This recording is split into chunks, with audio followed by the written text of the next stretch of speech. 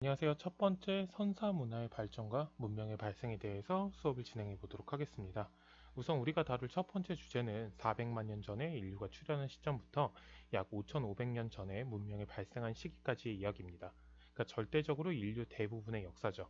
대개 우리가 구석기, 신석기, 청동기로 기억하는 시기인데 너무나도 과거의 얘기다 보니까 우리와 다른 모습들에만 되게 집중을 하게 돼요. 근데 오늘은 그런 시선에서 조금만 벗어나서 그 당시 인류의 생활상 중에서 현재 우리랑 비슷한 점이 뭐가 있는지 거기에 초점을 맞추고 살펴보도록 하겠습니다.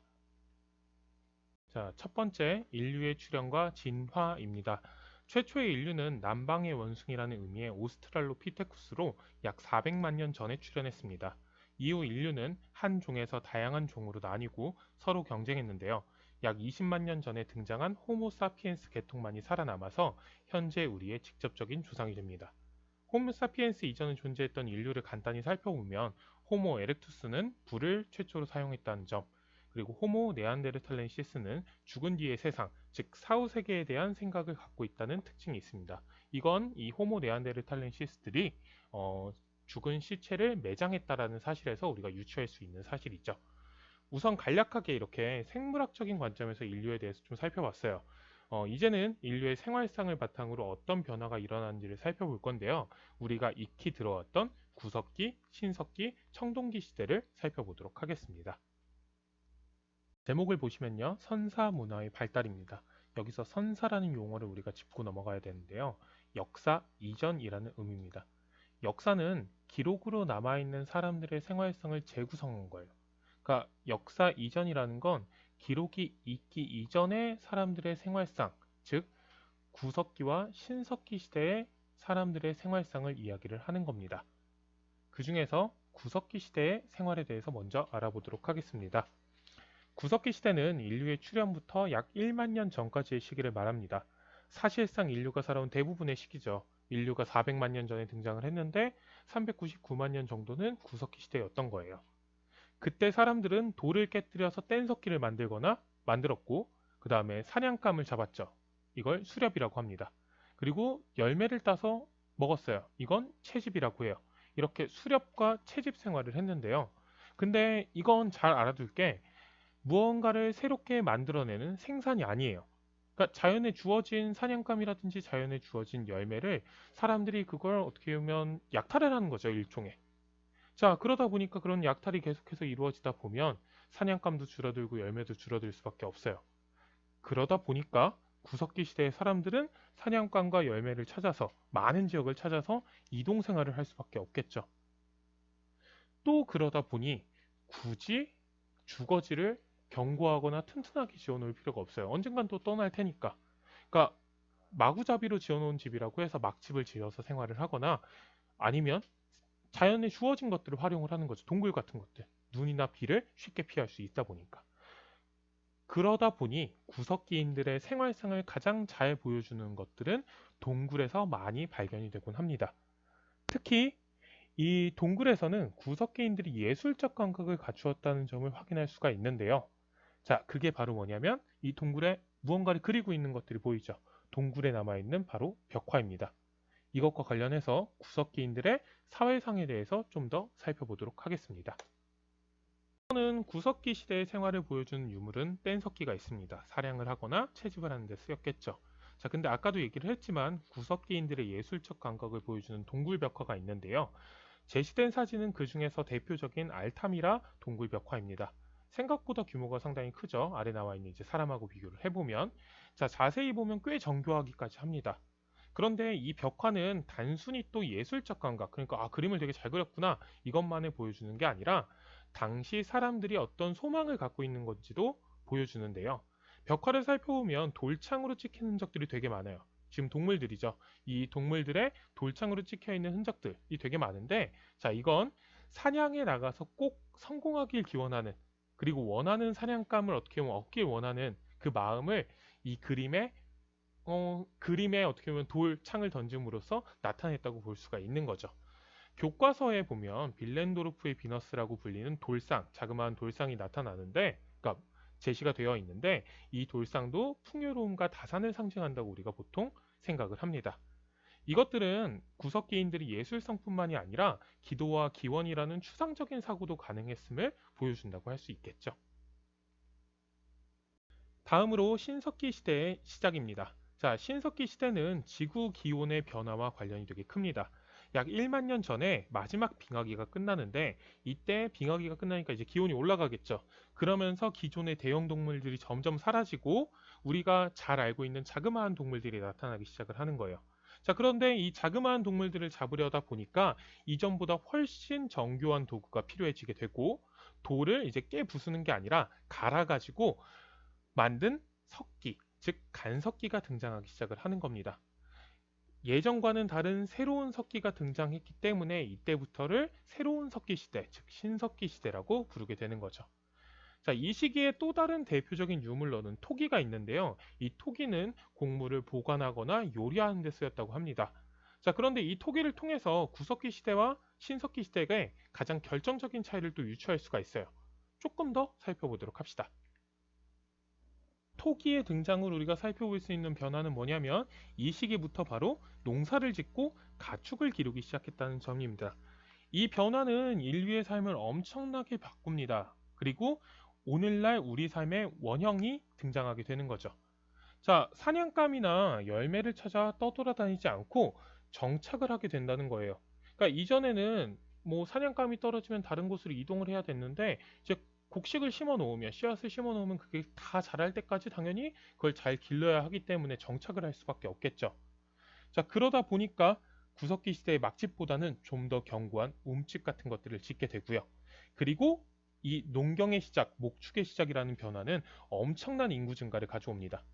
수렵 채집을 할 때보다는 훨씬 적은 면적에서 많은 양의 식량을 생산할 수 있게 된 거예요. 자, 그리고 정착을 하면서 살다 보니까 훨씬 안전해지겠죠. 그리고 아이를 키우는 것도 훨씬 쉬워집니다. 많은 사람들이 모여 있을 테니까. 출산과 육아의 부담이 이전보다 줄어들었기 때문에 엄청나게 많은 인구 증가를 가져오게 된다는 거예요. 자, 꼭 기억해 둘 것은 한 곳에 머물러 살기 시작했다는 점입니다. 지금 우리도 거의 그렇잖아요. 정착하여 살아간다는 점에서는 신석기 시대의 인류와 오늘날 우리가 큰 차이가 없는 것이나 마찬가지겠죠. 자, 다만 이런 질문도 우리가 던져볼 수 있을 겁니다. 농경을 시작하고 정착을 하면서 발생한 문제, 즉 구석기 시대보다 안 좋아진 점은 없을까? 라는 거죠. 왜냐하면 모든 변화라는 게 언제나 발전만 가져오는 건 아닐 테니까요.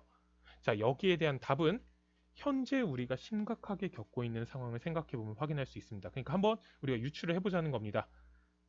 정답은 교실에서 수업을 하게 되면 확인할 테니까 각자 고민해 보도록 합시다. 지금까지 살펴본 변화를 신석기혁명이라고 합니다. 이 용어는 신석기 시대에 구석기 시대와는 다른 엄청난 변화가 이루어졌다는 거죠. 혁명이라는 건 뒤집어 엎어졌다는 거잖아요. 자, 핵심을 한번 다시 정리를 해보자면 이런 겁니다. 인류가 자연을 변화시키고 있는 거 그대로 그냥 채집하거나 아니면 사냥하는 게 아니고 식량을 스스로 생산할 수 있게 되었다는 겁니다.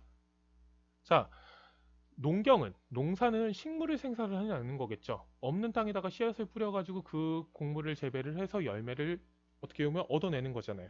목축도 일종의 생산이에요. 농경이 식물을 생산해내는 거라고 한다면 목축은 동물을 생산해내는 거라고 생각할 수가 있는 겁니다. 자, 신석기혁명이라는 거의 핵심, 인류가 식량 생산 단계로 발전했다라는 겁니다. 그리고 이 식량 생산 단계로 발전했기 때문에 아까 얘기했듯이 인구의 증가라든지 정착 생활의 시작도 가능했던 거죠. 신석기 시대의 사회상에 대해서 알아볼 텐데요. 첫 번째, 촌락 형성입니다. 자, 사람들이 정착 생활을 하게 된다고 했죠. 농경과 목축 덕분에. 자, 그러면서 인구도 점점 더 늘어납니다.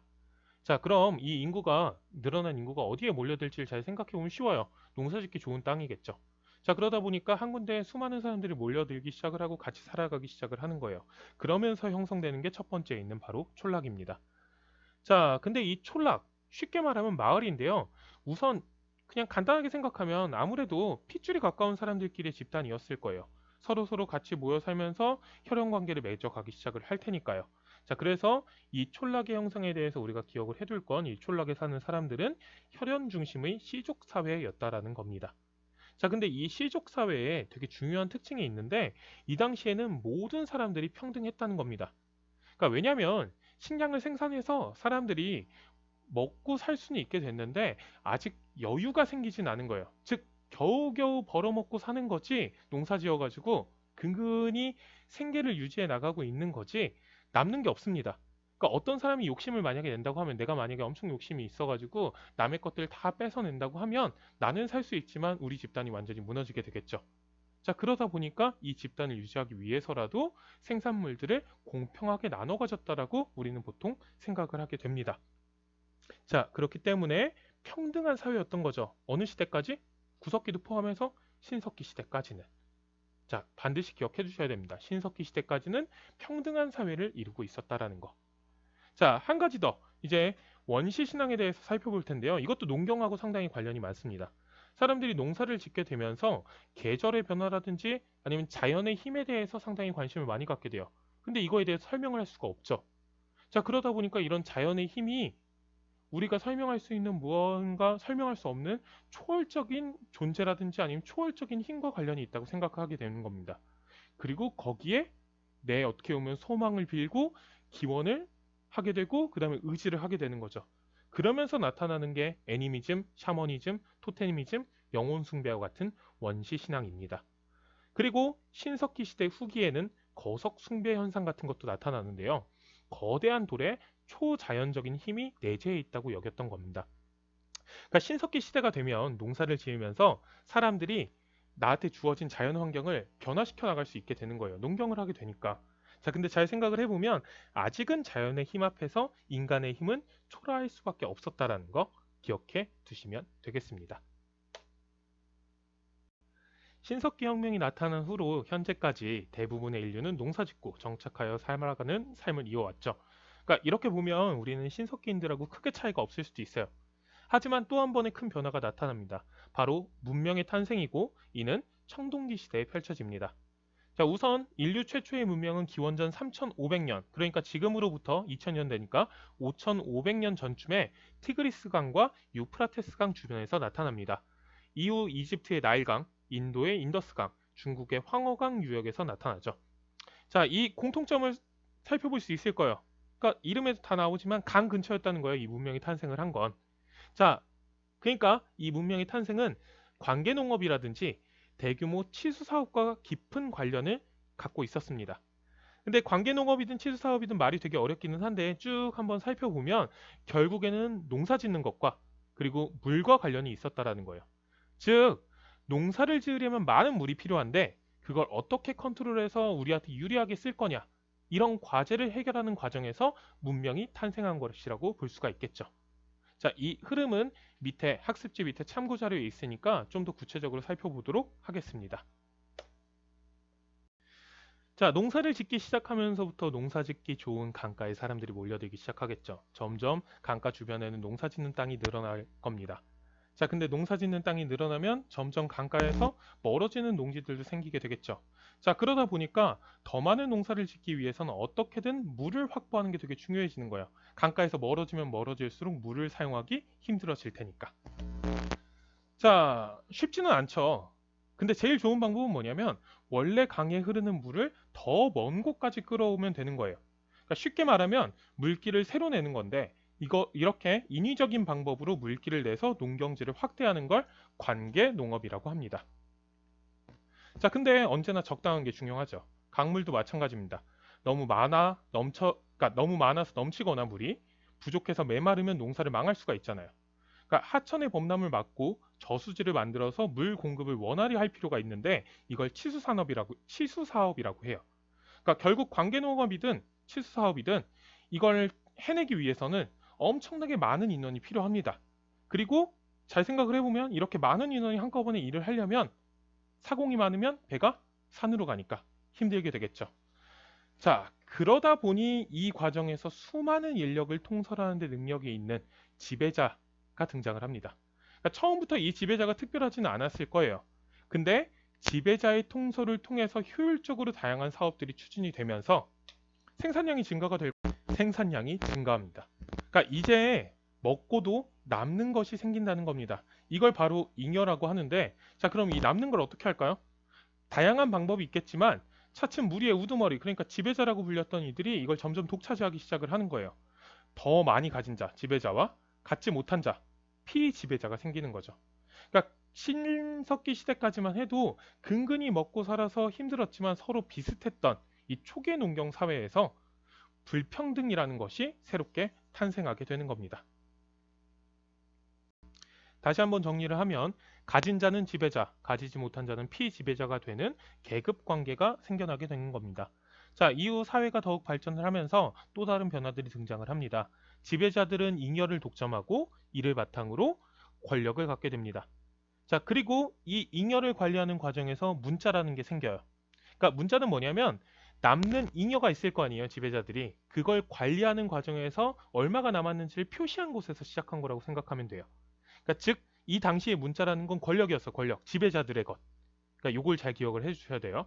자, 그리고 이 시기에 청동기라는 게 발명이 되는데 이건 돌과 달리 재료를 구하기가 쉽지가 않았어요. 결국 이것도 지배층이 독점을 하게 되겠죠. 자, 이제 권력을 잡은 지배자들은 외부의 침략에 대비해서 성벽을 쌓게 됩니다. 이로써 등장하는 게 도시이고 이 도시는 지배층의 거주지라고 볼 수가 있고 이 도시가 주변 지역을 어떻게 보면 장악해 가면서 국가라는 새로운 형태의 사회의 모습이 등장을 하게 됩니다. 자, 이렇게 무엇이 탄생했을까요? 문명이 탄생하게 되는 겁니다. 마무리합시다. 문명의 조건은 세 가지입니다. 도시 국가의 발달, 청동기 사용, 문자의 발명. 이 중에서 청동기와 문자의 발명 같은 경우는 이 두 가지를 지배급이 독점하여 사용했다는 점을 기억해 두셔야 됩니다.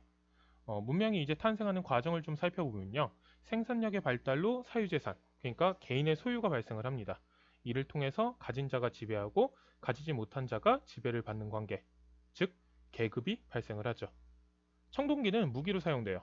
그러다 보니까 정복 활동도 활발해지고 그 결과 계급과 사회는 훨씬 더 복잡해지겠죠.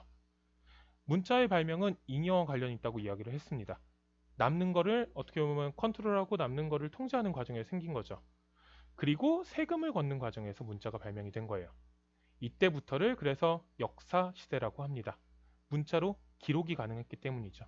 그 기록을 가지고 그 당시 사람들이 어떻게 살아왔는지를 재구성한 게 우리가 배우고 있는 역사라고 생각하시면 되고 이 역사가 있기 이전, 그러니까 기록이 있기 이전에는 그 사람들이 남겨놓은 유물이나 유적을 통해서 우리가 그 당시의 생활상을 재구성을 하는 거죠. 그건 선사 시대라고 이야기를 할 수 있습니다. 구체적으로 세계 4대 문명에 대해서 알아보면요. 메소포타미아 문명, 이집트 문명, 인더스 문명, 중국 문명이 있습니다. 우리가 지금까지 설명을 들었으니까 눈치를 챘겠지만 큰 강이 있는 곳에서 최초의 문명들은 탄생을 합니다. 메소포타미아 문명은 기원전 3500년경에 등장을 하는데요. 유프라테스 강과 티그리스 강 사이의 지역을 메소포타미아 지역이라고 부릅니다. 오늘날의 이라크 지역이라고 생각을 하시면 되고요. 자, 두 번째로 기원전 3000년경에는 나일강 주변에서 이집트 문명이 탄생을 하게 됩니다. 지금 아래쪽부터 위쪽으로 쭉 이어지는 흐름, 그게 바로 나일강이라고 보시면 되겠습니다. 자, 세 번째로 인더스강 유역에서 나타난 인도 문명, 인더스 문명 같은 경우는 현재는 파키스탄에 위치하고 있는 지역인데 지금 지도에서 잘 안 보일 수 있겠지만 이 파란색 줄들이 인더스강의 다양한 지류들이라고 생각을 하시면 돼요.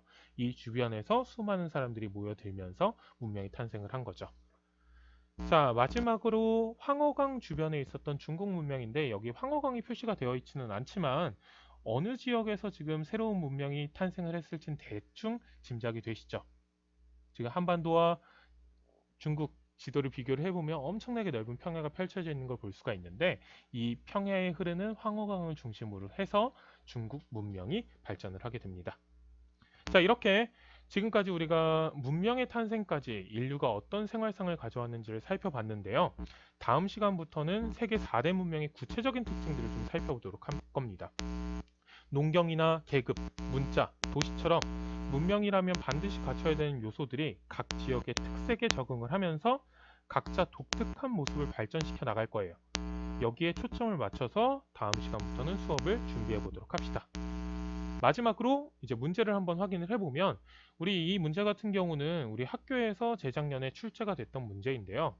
이 문제에서 밑줄 친 이 시대가 어느 시대인지는 쉽게 파악을 할 수가 있어요. 힌트가 있겠죠? 뭐냐면 토기입니다. 이 토기를 활용했던 시대, 구석기, 신석기, 청동기 중에 어느 시대였냐면 바로 신석기 시대였죠.